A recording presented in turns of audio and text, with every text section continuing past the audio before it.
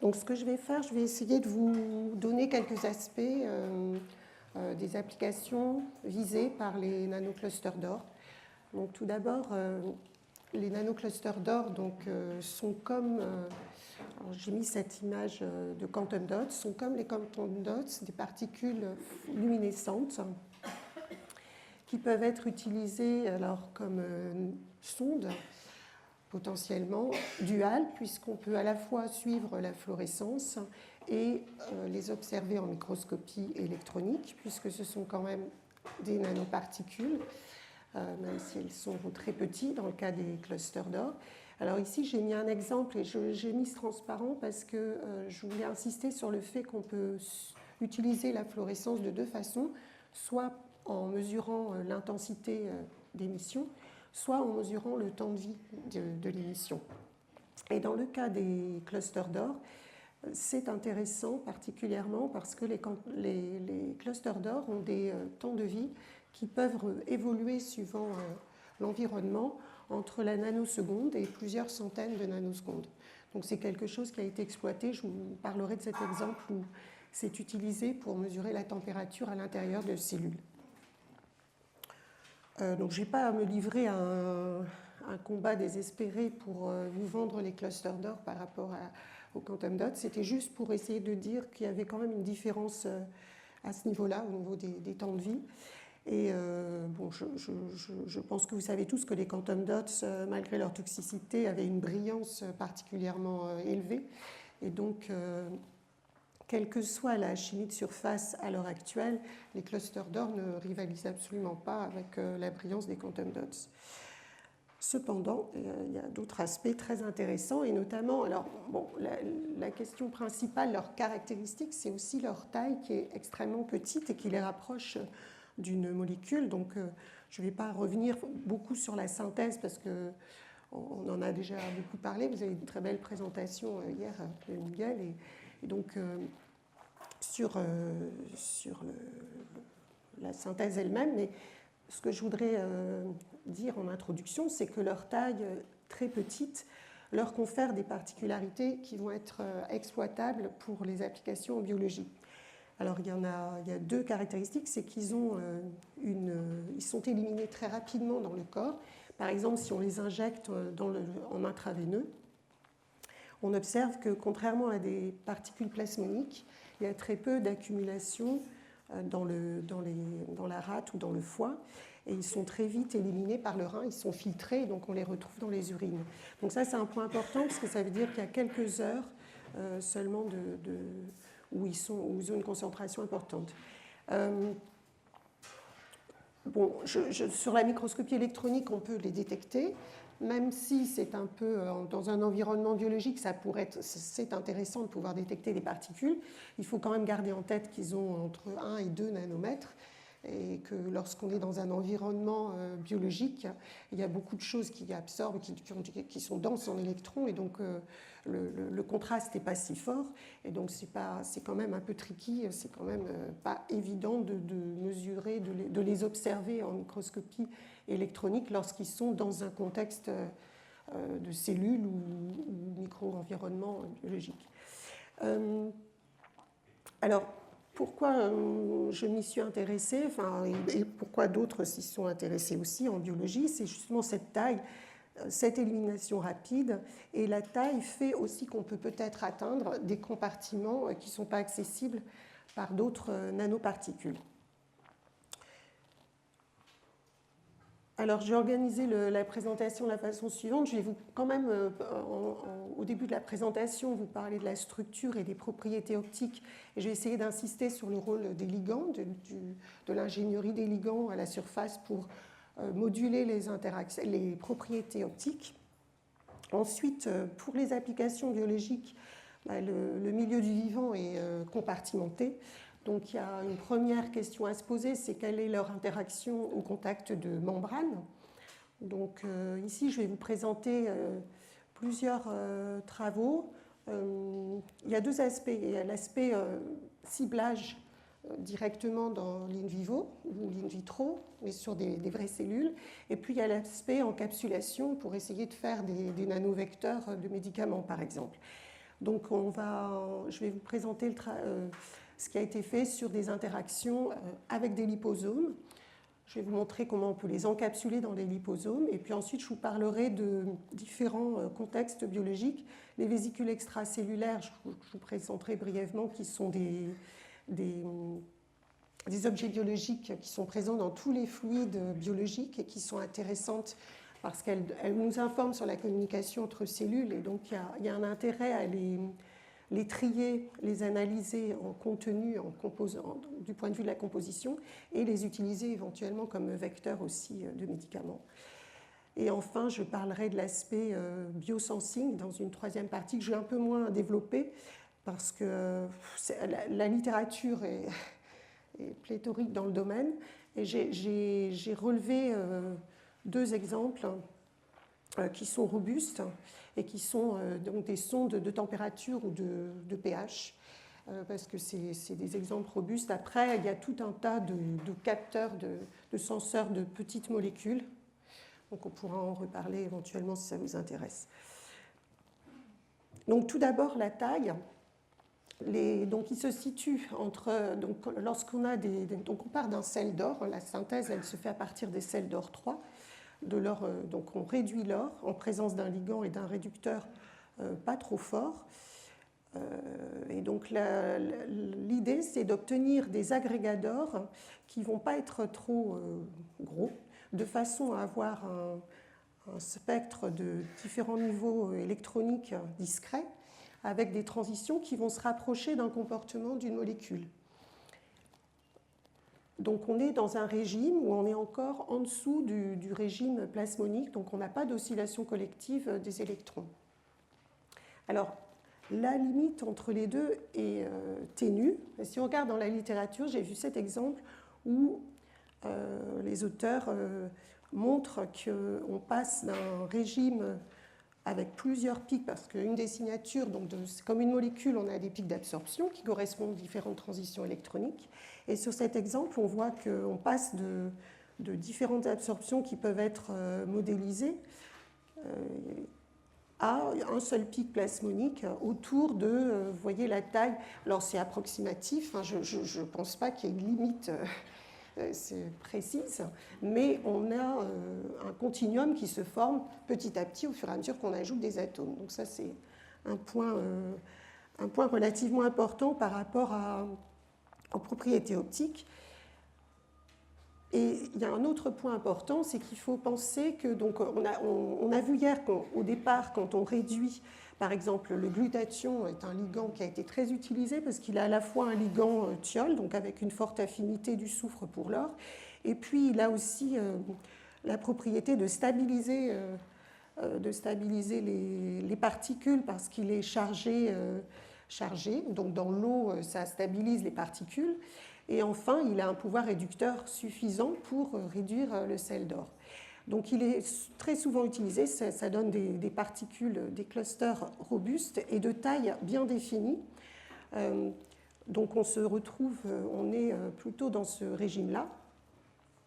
Et donc la difficulté, ça va être d'éviter d'avoir des complexes et d'éviter d'aller vers des particules plasmoniques.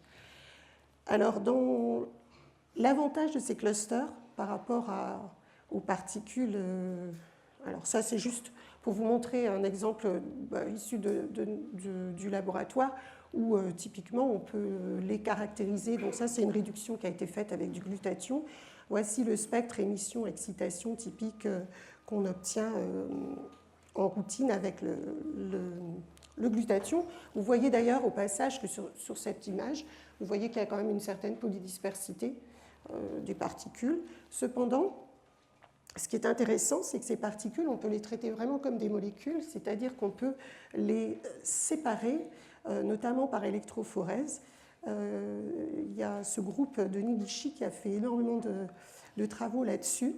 Ils ont réussi à démontrer de façon très élégante qu'on peut les séparer sur électrophorèse, sur gel d'électrophorèse, les différents clusters. Vous avez une signature ici en spectre du point de vue de l'absorbance. Et surtout, ils ont corrélé ça avec, sur chaque fraction, ils ont ils ont analysé avec la spectroscopie de masse en montrant les clusters, les différents clusters qu'ils obtiennent dans les différentes fractions. Donc il y a une séparation possible. Alors ça, c'est un peu, je ne vous cache pas que c'est quand même assez, assez laborieux, on va dire. Après, on a développé aussi la HPLC, qui marche typiquement comme des molécules organiques avec de la HPLC avec des colonnes de silice inverses ou pas, suivant la nature des ligands, mais on arrive à les purifier. Voilà. Donc ça, c'est un point important par rapport au traitement. Donc il y a cet aspect-là qui est plutôt moléculaire, et puis il y a quand même un aspect nanoparticules. On peut aussi les filtrer comme des nanoparticules classiques avec des filtres de type les filtres basiques qu'on utilise pour les protéines, avec des limites et des cut-offs sur les mailles des membranes du filtre. Et donc ça peut se faire entre 1000 et 10 000 Dalton, je vais y arriver. Donc ça, on peut aussi utiliser ça pour filtrer, pour en laver l'excès de ligand. Et on peut traiter comme d'autres particules en centrifugeant, etc. Donc il y a pas mal de méthodes. Je dirais qu'il y en a plus que pour des nanoparticules classiques du fait de leur taille, puisqu'on peut utiliser toutes les méthodes finalement chimiques. Donc, qu'est-ce que j'ai fait là? Ouais, n'importe quoi. Attendez, je reviens. J'étais un peu vite là. Voilà. Donc, au final, on peut donc obtenir des clusters de différentes tailles avec une certaine polydispersité. Et c'est en fonction de la taille, vous observez ici que les émissions sont déplacées vers le rouge. Donc ça, c'est avec un habillage identique. Donc déjà, de par la taille, on a un déplacement de la longueur d'onde en absorbance, en excitation et en émission vers le rouge. Voici ici typiquement l'absorbance, l'excitation et l'émission qu'on obtient pour de l'or 25 stabilisé avec du glutathion. Donc ça, c'est un aspect de la fluorescence que l'on retrouve ici dans ce papier qui date un peu de Dixon, où ils avaient montré que lorsqu'ils sont enrobés d'un polyamidoamine, un dendrimère, ils avaient aussi retrouvé ce déplacement vers le rouge. Et par ailleurs, ils ont montré qu'on pouvait corréler la luminescence, la longueur d'onde de la luminescence en fonction du nombre d'atomes dans la particule. Cependant, la luminescence est plus complexe que ça. Il y a aussi les ligands qui interviennent. Donc, lorsque vous irradiez ces particules, vous pouvez exciter le métal passer de la HOMO à la LUMO du métal. Ça peut être pour un atome d'or qui est environné que d'atomes d'or. Mais vous pouvez aussi, pour les atomes de surface, ou si le ligand, on suppose qu'il est qu'à la surface, mais hier il y avait la question, est-ce que ça rentre dans... On ne sait pas exactement. A priori, il est sur la surface, donc on peut distinguer aussi un deuxième phénomène qui serait l'absorption avec l'intervention du ligand. Et donc là, on peut imaginer avoir un deuxième moyen de désexciter pour les électrons. Et effectivement, ça a été mis en évidence que les ligands jouent un rôle important, notamment les ligands qui peuvent faire du transfert de charge. Alors, je vais vous donner quelques exemples de ça. Le premier qui est classique, c'est celui à nouveau du glutathion. Dans le cas du glutathion, ce qu'on observe, ce qui avait été montré ici dans ce papier, qui est vraiment, je vous le recommande parce que c'est très bien caractérisé, ils ont démontré qu'ils pouvaient obtenir des clusters qui émettent dans le rouge ou dans l'infrarouge en fonction de la concentration en ligand. Mais en fait, c'est en fonction de la concentration en ligand. La taille est identique, donc ce n'est pas un effet de taille. Et ce qu'ils ont pu montrer, c'est qu'il y avait deux types d'interactions à la surface, deux types d'or, d'interaction or-soufre. Et dans un cas, lorsqu'ils forment ce type d'assemblage, ils ont une émission dans le rouge. Et lorsqu'il y a une déplétion de ligand, ils ont des interactions ou un effet de charge de l'ammonium qui fait qu'il passe à 800 nanomètres. Et donc on peut interpréter ça soit moléculairement en disant peut-être qu'il y a des interactions de l'amine avec l'or, Donc dans ce papier, autant que je me souvienne, ils ont des caractérisations de surface, des méthodes de surface pour montrer l'environnement de l'or. Donc ils montrent qu'il y a deux types de sites émetteurs. Dans la littérature, si on cherche, en particulier avec les peptides, au laboratoire on s'est intéressé aux peptides comme ligand, en variant la charge des peptides, dans la littérature, il y avait un exemple de Molly Steven en particulier où on voit un effet de charge. Par exemple ici, dans le cas de ce peptide qui est greffé à la surface, en présence de l'amine, donc l'ammonium, on observe qu'on a une fluorescence importante, qui est au contraire quenchée, et lorsque cet ammonium est acétylé, on retrouve la fluorescence. Donc en fait, ce qu'on voit, c'est qu'il y a un rôle important des charges. Et par exemple, sur les ammoniums, ça joue énormément. L'état de protonation des espèces, des groupements acido-basiques du peptide vont jouer énormément. Donc au laboratoire, on a, dans le cadre de la thèse de Solène Ducard, on a élaboré différents types une famille de peptides avec un nombre variable de cystéine. Et ici, on a varié justement l'acide aminé terminal pour essayer de voir l'évolution, la dépendance sur les propriétés optiques suivant le caractère acido-basique du groupement. Donc ici, on a utilisé l'acide aspartique, l'histidine et l'arginine. Donc l'acide aspartique est chargé négativement au pH biologique.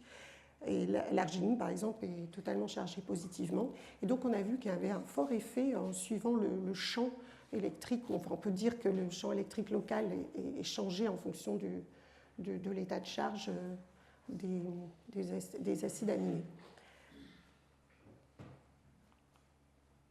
Donc, pour l'aspect synthèse et caractérisation, ce qu'on peut dire, c'est que dans des conditions douces de réduction de ces sels d'or, avec un contrôle cinétique qui est essentiellement basé sur la température et les concentrations, les rapports, les ratios entre le réducteur et le sel d'or que l'on met initialement, on peut varier les propriétés optiques, on peut moduler la longueur d'onde d'émission et on peut moduler dans une certaine mesure suivant le... Alors après, on ne peut pas tellement moduler le rendement quantique avec ces paramètres-là.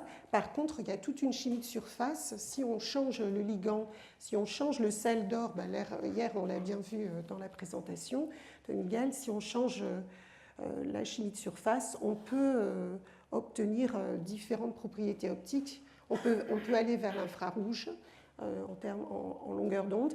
Et on peut aussi renforcer le rendement quantique qui est toujours de l'ordre de quelques pourcents. Mais il peut être dans la littérature jusqu'à 20% avec certains ligands qui sont plutôt rigides quand on protège la surface, mais dans ce cas-là, on perd la sensibilité à l'environnement. Donc c'est un choix à faire. Ok, donc maintenant je vais passer à l'utilisation de ces particules sur des milieux biologiques ou en tout cas en rapport avec la biologie. Alors, si on veut utiliser ces particules comme marqueurs, on peut déjà voir ce que ça donne avec des membranes, puisque la membrane, c'est une des barrières qu'il va falloir que les particules franchissent. Donc la première chose que l'on a faite, c'est qu'on a regardé les interactions. Là, je vais plutôt vous présenter le travail qu'on a fait au laboratoire sur les synthèses, sur les liposomes synthétiques. Ensuite, je vous montrerai ensuite qu'on a pu utiliser ces interactions, contrôler ces interactions pour les encapsuler avec un bon niveau d'encapsulation, et qu'on a utilisé ces liposomes pour cibler des vésicules extracellulaires. Ensuite, je vous parlerai plus des interactions avec les membranes biologiques, donc les cellules, et je vous montrerai le rôle de la taille, parce que c'est vraiment important et ça change les comportements de ces nanoparticules vis-à-vis des membranes. On a des interactions qui donnent lieu à des phénomènes différents du fait de leur très petite taille. C'est un peu ça le message. Donc vous savez tous que les nanoparticules d'or, par exemple, si on considère que l'interaction électrostatique, ce qu'on a fait au départ, on n'a pas d'interaction spécifique ici, on a juste une interaction électrostatique attractive. Si vous utilisez des nanoparticules négativement chargées, la membrane des cellules en général est négativement chargée également. Donc, alors là, ça ne s'applique pas. On va supposer qu'on a un liposome positivement chargé, puisque c'est ce qu'on a fait ici. On utilise... non, là, c'est des suites ioniques. Peu importe. Si vous avez une interaction attractive électrostatique, suivant la taille, la membrane, vous savez qu'elle a des propriétés viscoélastiques particulières, elle ondule. Il y a des interactions électrostatiques à longue portée et puis des interactions de répulsion stérique, on va dire, ou d'ondulation de la membrane qui vont empêcher la particule de se coller. Mais si l'interaction électrostatique est dominante, vous avez une absorption sur la surface. Et si la charge surfacique est suffisante, vous pouvez déformer la membrane sous l'attraction électrostatique. Cette déformation sera d'autant plus facile que la particule est petite. Ça, c'est ce qui est décrit classiquement dans la littérature. Donc, il y a pas mal de travaux qui ont été faits là-dessus. C'était une des références, c'était extrait de cette référence. Et donc, ce qu'on a cherché à faire, c'est regarder ce qui se passait, comme on avait déjà fait le travail sur des nanoparticules plasmoniques, on a voulu comparer ce qui se passe lorsqu'on met ces nanoclusters au contact de vésicules cationiques. Donc la manip consiste à préparer des clusters de charges positives ou négatives pour avoir un contrôle. Et on peut par exemple suivre l'évolution les interactions en suivant le potentiel zeta du mélange. Donc là, ça consiste à faire une titration des vésicules en présence des clusters. Donc ce qu'on a observé, c'est que lorsqu'ils ont la même charge, il n'y a pas de changement du potentiel zeta des vésicules.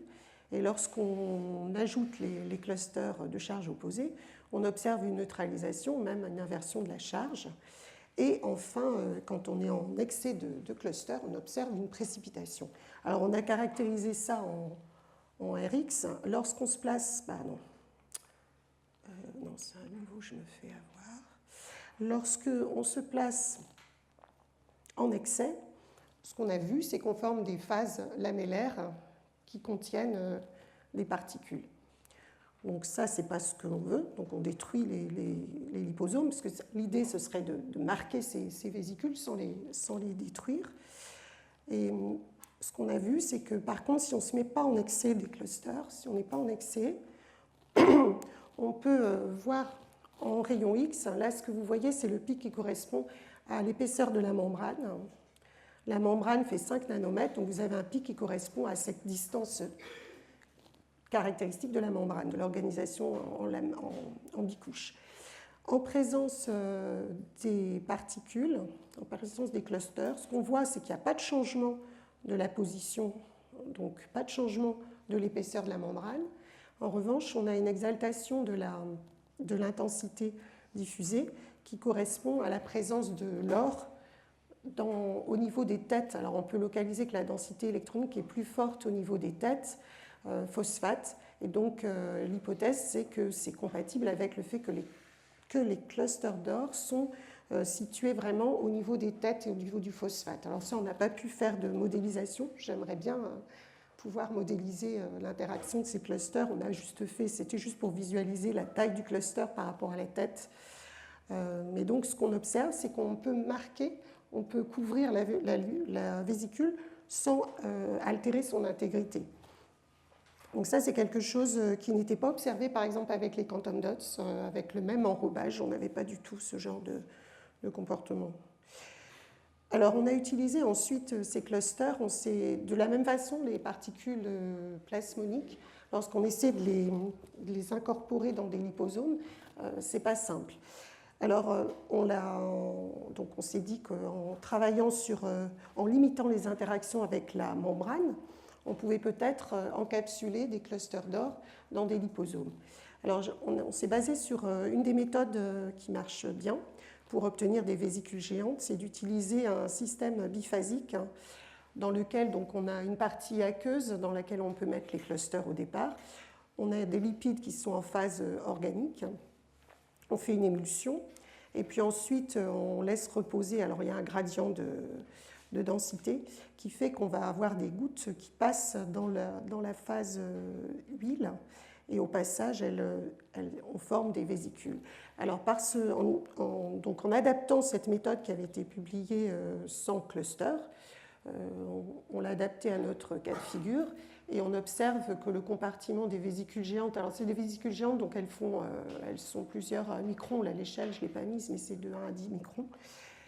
On observe qu'on peut marquer on observe un marquage fluorescent du contenu des vésicules avec des clusters verts ou rouges, on peut les encapsuler.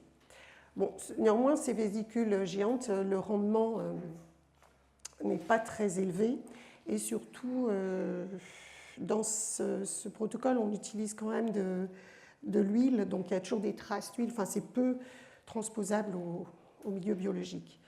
Donc une autre méthode qui est très connue, c'est d'utiliser un extrudeur pour fabriquer des liposomes qui là vont être de plus petite taille. Et cette méthode par extrusion est efficace pour former des liposomes unilamellaires et dans lequel on peut encapsuler des choses. Donc là, on a utilisé une composition lipidique de façon à avoir des lipides chargeables positivement. Et on a utilisé des clusters négativement chargés avec des peptides donc, qui permettent de limiter les interactions qui n'ont pas trop d'interactions avec la surface.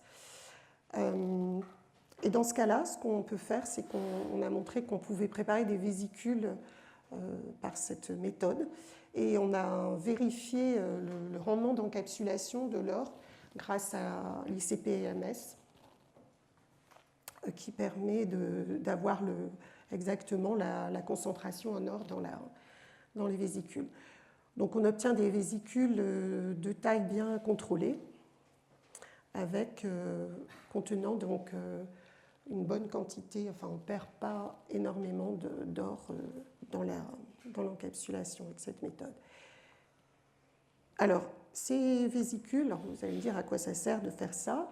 On a ensuite, grâce à ces vésicules, on s'est dit qu'on pouvait peut-être délivrer les clusters en utilisant ces liposomes à des entités biologiques. Donc on pourrait les appliquer sur des cellules, mais enfin ça, on sait à peu près le devenir de liposomes sur des cellules. C'est séquestré dans les lysosomes et puis ça se délite, ça se décompose et on libère plus ou moins les clusters.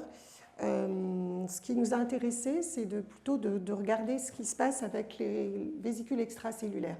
Alors pourquoi les vésicules extracellulaires? Toutes les cellules sécrètent ces petites vésicules, soit pour se débarrasser de ce qu'elles ne veulent pas, soit pour communiquer entre elles. Donc c'est quelque chose, ces objets sont très utilisés parce qu'ils jouent un rôle important dans la communication cellulaire et aussi dans la propagation, dans le développement de pathologies. Et ils sont aussi impliqués dans de nombreux phénomènes physiologiques, donc c'est quelque chose qui intéresse vraiment les médecins et les biologistes. Et donc, en collaboration avec une médecin qui travaille sur l'infertilité, donc elle s'intéresse aux fluides séminaux, donc liquide folliculaire et sperme. Elle cherchait à analyser la soupe, parce que c'est vraiment une soupe de vésicules extracellulaires. Donc elle cherche à analyser le contenu de ces vésicules. Et donc on s'est proposé de marquer ces vésicules avec les clusters, puisqu'ils sont suffisamment petits pour être encapsulés dans des liposomes. Donc c'est ça l'approche. Et donc pour ce faire, donc ça c'est le travail d'Esther Boutera. Pour ce faire, on a utilisé ces liposomes dits fusogènes, c'est-à-dire qu'on optimise la composition membranaire pour qu'ils aient une interaction non spécifique pour l'instant, mais ils ont une interaction attractive avec les vésicules extracellulaires issues du fluide séminal. Alors là, c'était sur le sperme. Et donc l'idée, c'est de voir si on peut avoir une fusion des liposomes avec les vésicules pour marquer les vésicules extracellulaires. Alors, qu'est-ce qu'on a pu observer? Donc, pour le mettre en évidence, ce phénomène de fusion, on a fait de la cytométrie en fluorescence. Donc ça, c'est aussi quelque chose qui peut être utilisé avec les clusters d'or. Ils sont suffisamment luminescents quand même pour les détecter, comme vous pouvez le voir ici. Donc, par exemple, ici, c'est la détection d'un liposome luminescent qui encapsule des clusters d'or. Ici, c'est les vésicules extracellulaires au début qui n'ont pas de fluorescence. La fluorescence, c'est ce que vous voyez là. Et donc, ce que vous observez, c'est qu'on a une augmentation de la fluorescence en présence des vésicules extracellulaires. Et essentiellement, c'est tout ce qu'on voit. La différence de taille, on ne la voit pas vraiment. Enfin, on a une petite différence de taille, mais ce n'est pas si flagrant que ça. C'est moins évident de le voir qu'en diffusion de lumière.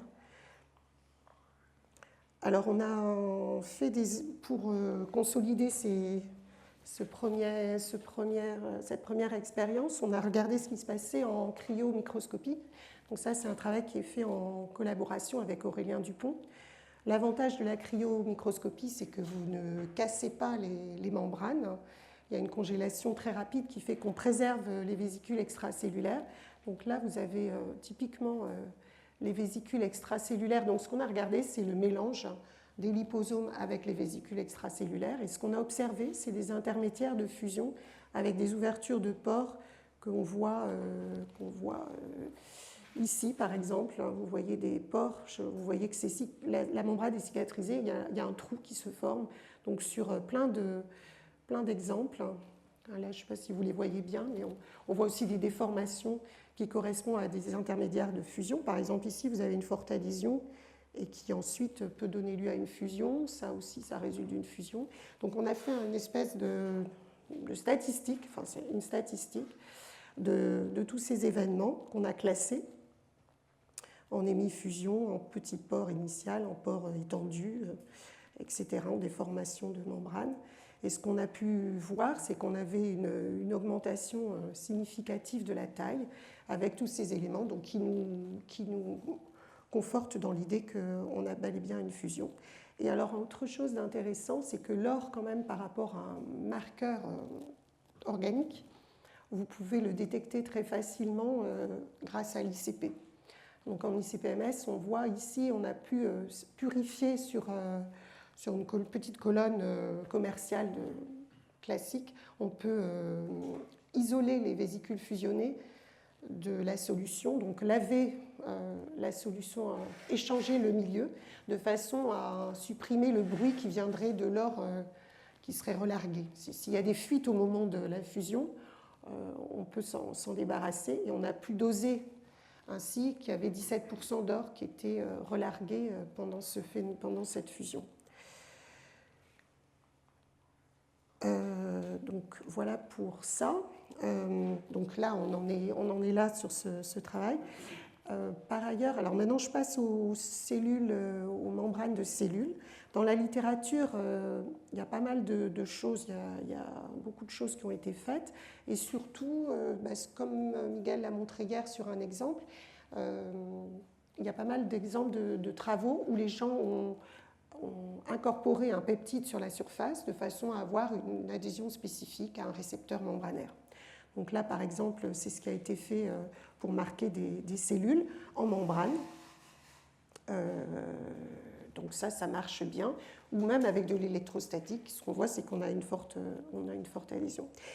Il y a aussi une approche qui consiste à introduire dans les ligands de surface des ligands hydrophobes à une certaine proportion pour rendre les clusters plus ou moins amphiphiles, on va dire, avec une certaine hydrophobicité qui fait qu'ils peuvent pénétrer dans les membranes. Donc ça, c'est un peu un schéma, une image, hein, mais on voit qu'on peut marquer les membranes.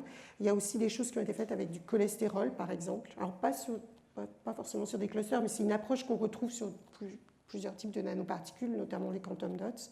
Et là, ce qui est intéressant quand même, c'est que comme ils sont petits, on arrive quand même à se convaincre qu'on peut avoir un marquage de la membrane qui n'est pas trop perturbatif, même si il reste quand même de 1 à 2 nanomètres. Je vous rappelle que l'épaisseur, c'est quand même 5 nanomètres. Donc le marquage comme ça, on peut quand même se dire qu'on perturbe les membranes. Bon. Alors, comme exemple de ciblage des cellules, ce qu'on a fait au laboratoire, on a utilisé un peptide qui s'appelle U11. Alors, je vais le montrer là, qui est ici en rose, qu'on a greffé sur un ligand qu'on avait déjà testé pour fabriquer des clusters. Donc on mélange ce ligand de reconnaissance, on va dire, avec un ligand qui permet juste de solubiliser les particules et de les préparer. Et on a comparé l'interaction de ces clusters sur des cellules pancréatiques, donc cellules tumorales pancréatiques, pour voir si ce peptide permet de les cibler spécifiquement.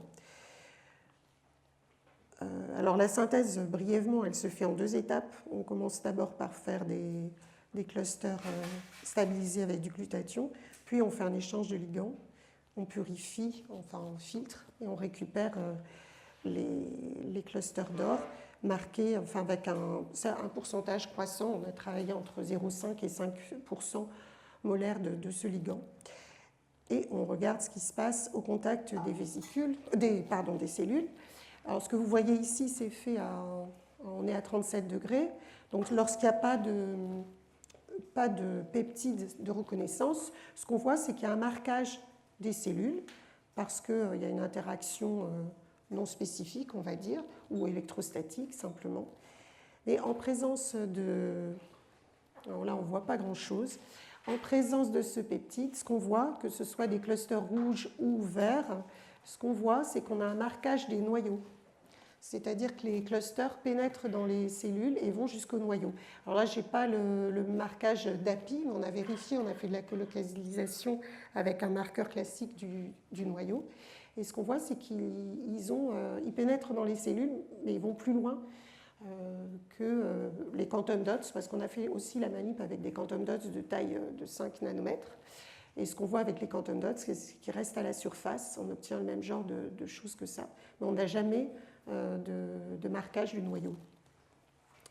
On a fait la même manip à température à 4 degrés. Ça permet de supprimer les phénomènes d'endocytose. Ça donne une indication du mécanisme d'entrée dans les cellules. Et on voit qu'effectivement, notre mécanisme est compatible avec une endocytose parce que lorsqu'on gèle le système à 4 degrés, ça veut dire qu'on ne peut plus avoir de mécanisme basé sur l'agitation thermique et l'énergie thermique. Et effectivement, on n'a plus de marquage des noyaux. Donc ça, c'est un aspect intéressant des clusters, c'est qu'ils sont très petits. Ils sont tellement petits qu'on peut les retrouver dans les noyaux des cellules. Alors, ça peut aussi induire une toxicité importante, mais en tout cas, on peut atteindre des sous-compartiments qui ne sont pas forcément accessibles avec des plus grosses particules. Ici, j'ai pris un autre exemple de la littérature où ils ont été plus loin. Donc, ils ont introduit un peptide qui est reconnu par la membrane des noyaux. Et ce peptide donc, on a à nouveau un marquage des noyaux. Et ce qu'ils ont vu aussi, c'est qu'il y avait une activité analogue à la peroxydase.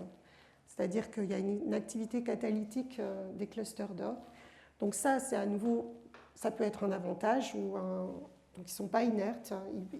L'or, il y a des électrons, ça peut participer à la formation de ROS dans les cellules. Un autre type de sous-compartiment qui a été suivi grâce à l'incorporation de clusters d'or. Une autre stratégie de synthèse, c'est basé sur l'utilisation de protéines plutôt que de petits peptides ou de petits ligands. Et en particulier, l'albumine la BSA, la bovine sérum albumine. Elle est utilisée, et c'est assez classique dans la littérature, ils ont réussi à stabiliser, on obtient des clusters très stables. Donc ça a été utilisé ensuite ici pour faire un marquage des lysosomes. Bon, comme je vous l'ai dit, les particules en général finissent dans les lysosomes, c'est bien ce qu'ils observent, mais ils exploitent le fait qu'elles sont séquestrées dans les lysosomes pour suivre dans le temps les lysosomes. Donc ça veut dire quand même qu'on peut faire une analyse dans le temps et dans l'espace avec ces clusters, donc que la fluorescence est suffisamment importante, on peut observer sur des longues durées.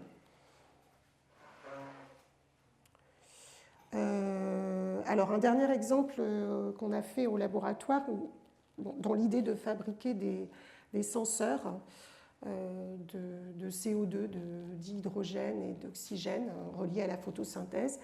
On a voulu voir si les clusters qu'on développait pouvaient s'internaliser dans des plantes. Donc là, un des modèles classiques des plantes, c'est l'Arabidopsis thaliana.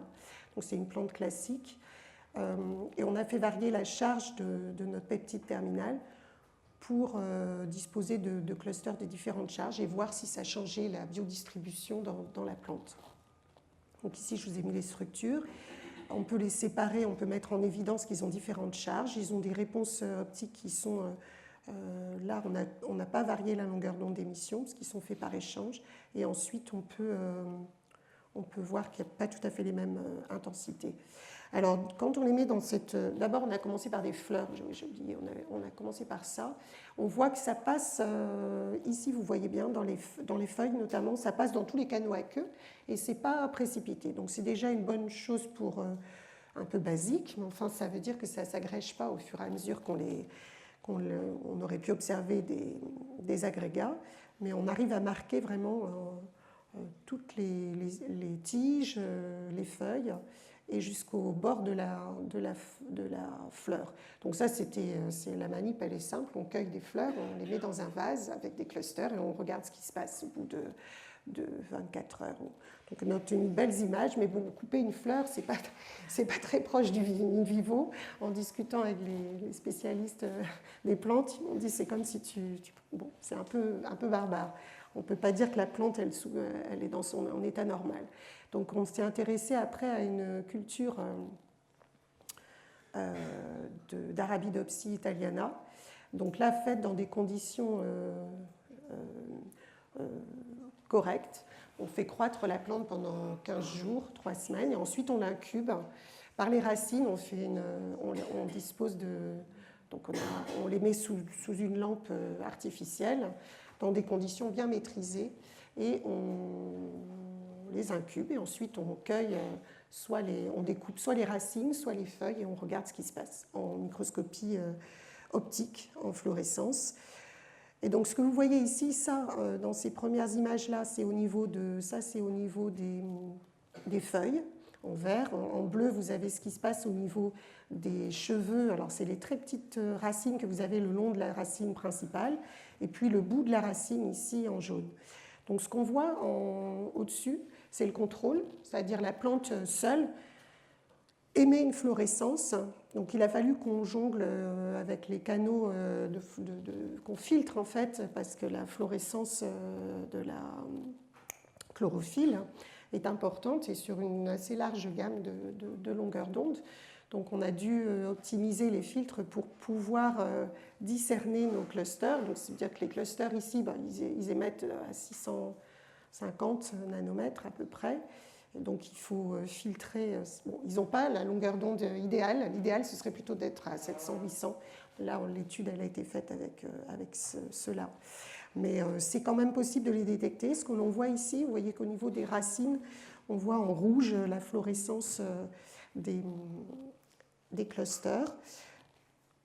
Ce que j'ai oublié de mentionner, c'est qu'ici, ce sont des clusters qui sont marqués, qui sont avec une histidine. Donc en fait, l'histidine, elle a un pKa autour de 6. Bon, ça donne une indication. Donc elle peut être protonée ou elle peut être neutre. Donc elle introduit éventuellement une charge plus, ça dépend du pH. Il faut savoir que là, on est à pH 5 dans le milieu des plantes. Donc, autrement dit, elle va être plutôt chargée positivement. Alors, pourquoi je dis ça? Parce que c'est important. On a observé que lorsque les clusters sont positivement chargés, en fait, ils s'agrègent, ils s'accumulent quand même à la surface dans l'épithélium des racines, alors que, et aussi au niveau des stomates, là, des feuilles. Alors que ceux qui sont négativement chargés circulent très facilement jusqu'à l'intérieur des racines.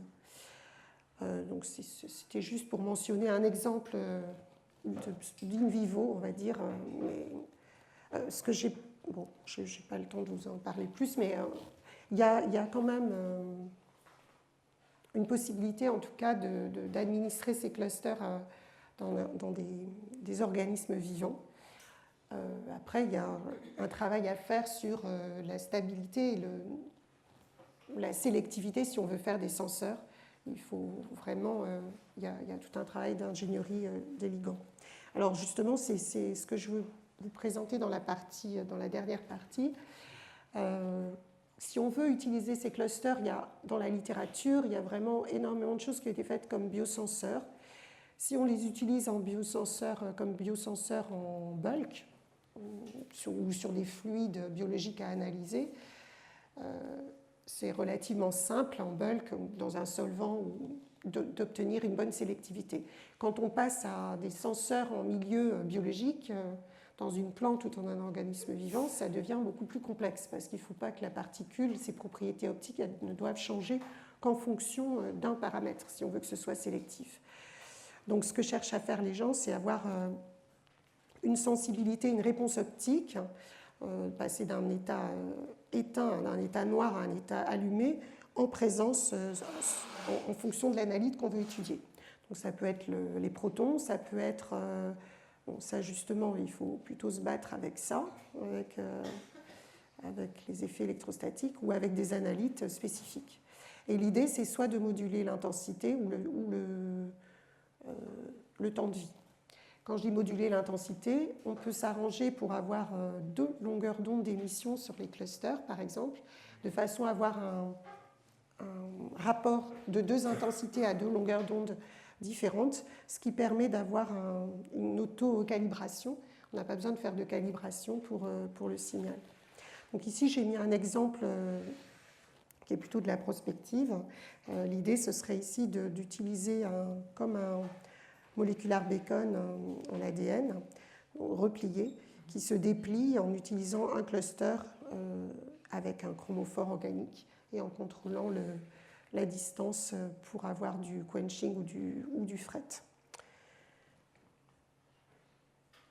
Donc, comme je vous l'ai dit, la clé de tout ça, c'est la sélectivité. La sensibilité, c'est moins problématique. La biocompatibilité, on a vu que c'était possible. Et par contre, la stabilité, la photostabilité, mais aussi la stabilité en fonction de ce qu'ils rencontrent dans l'organisme ou dans le milieu biologique.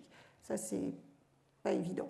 Alors, dans la littérature, j'ai relevé ce qui avait été fait.